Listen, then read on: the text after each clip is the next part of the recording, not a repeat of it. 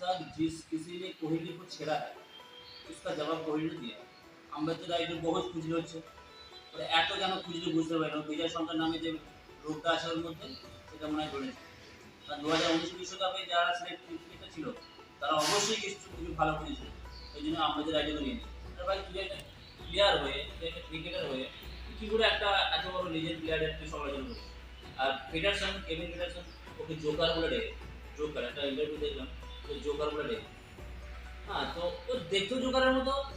আর আমার মনে হয় যে আমাদের আগে কোনো প্লেয়ার ছিল সেটা আমি জানি না, তো দেখছি আমার নাম তো কেউ জানে না, তাই নিজেকে পপুলার করার জন্য এখন কোহলির সঙ্গে পাঙ্গা নিয়ে দেখছি আমি যাতে পপুলার হতে পারি, আমার ইনস্টাগ্রামে বা ফেসবুকে আমার ফলোয়ার চাতে পারে।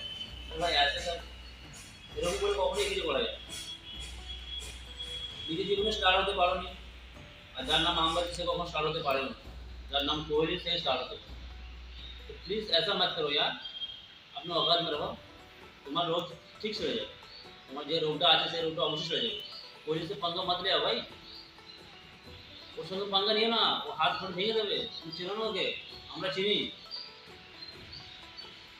হ্যাঁ, 2023 যে বিশ্বকাপটা হয়েছিল, ইন্ডিয়া যখন অস্ট্রেলিয়ার ফাইনাল হেরে গেছিল, বাংলাদেশের একটা মেয়ে স্টেটমেন্ট দিয়েছিল যে ভারতের এগেন্সে যদি কোনো কলা গাছ থাকে সেই কলা গাছকে সাপোর্ট করবে,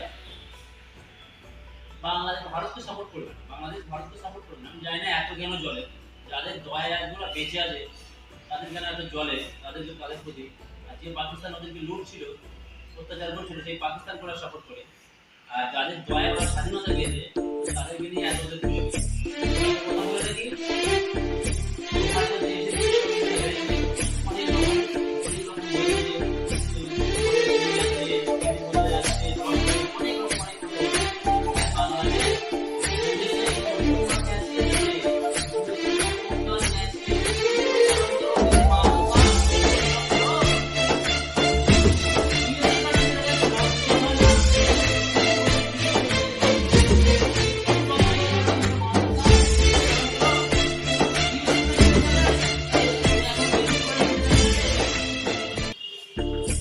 আপনাদের যেটা পাড়ায় আছে